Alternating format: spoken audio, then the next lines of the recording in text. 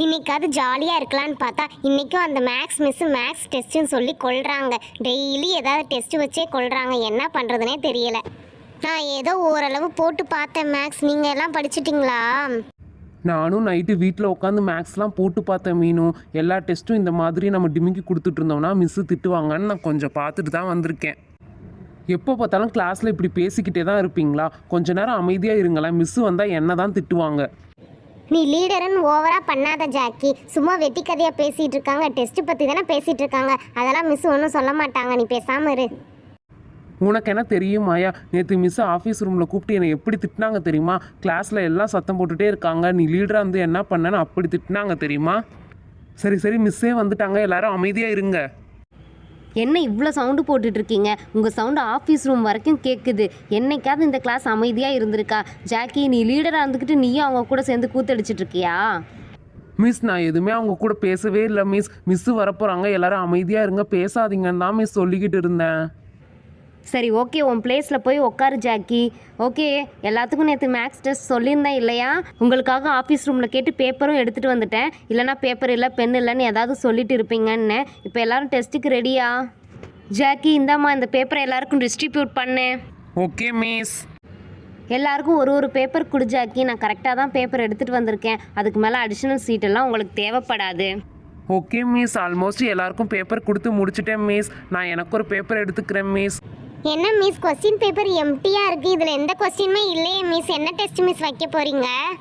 இது சும்மா class test தானே ரோசி. அதனால் ஒவ்வொருத்தருக்கும் கொஸ்டின் பேப்பர்லாம் ரெடி பண்ணல. நான் போர்டில் கொஸ்டின்ஸ் எழுதி போடுறேன். அதை பார்த்து நீங்கள் அந்த ஷீட்டில் ஆன்சர் மட்டும் எழுதினா போதும். ஓகே, நான் இப்போ கொஸ்டின் போர்டில் எழுதி போடுறேன். நல்லா கவனிங்க. எல்லாத்தையும் கரெக்டாக எழுதணும். ஏதாச்சும் வேல்யூஸ்லாம் தப்பாக போட்டு வைக்காதீங்க. ஃபஸ்ட்டு அடிஷன் எழுதுகிறேன்.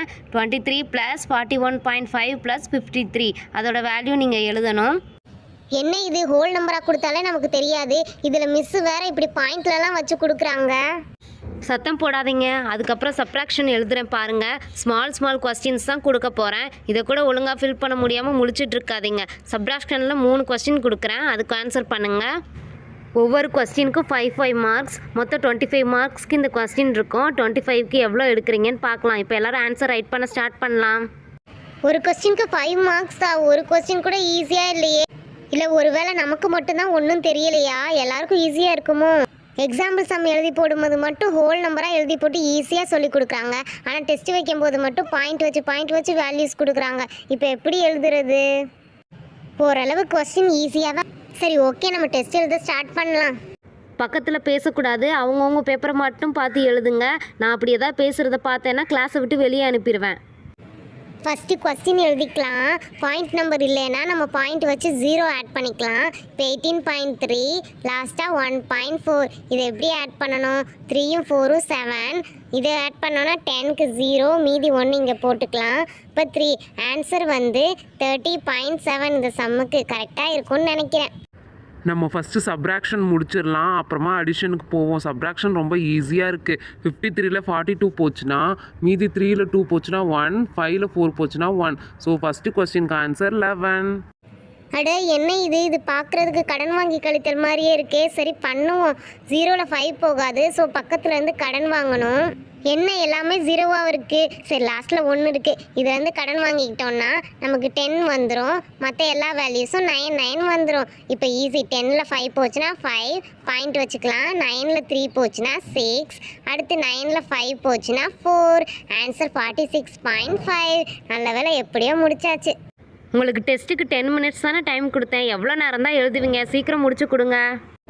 10 மினிட்ஸில் முடிக்கணுமா? அந்த கொஸ்டினை எழுதி அது எப்படின்னு பார்க்குறதுக்கே நமக்கு 10 மினிட்ஸ் ஆயிருமே.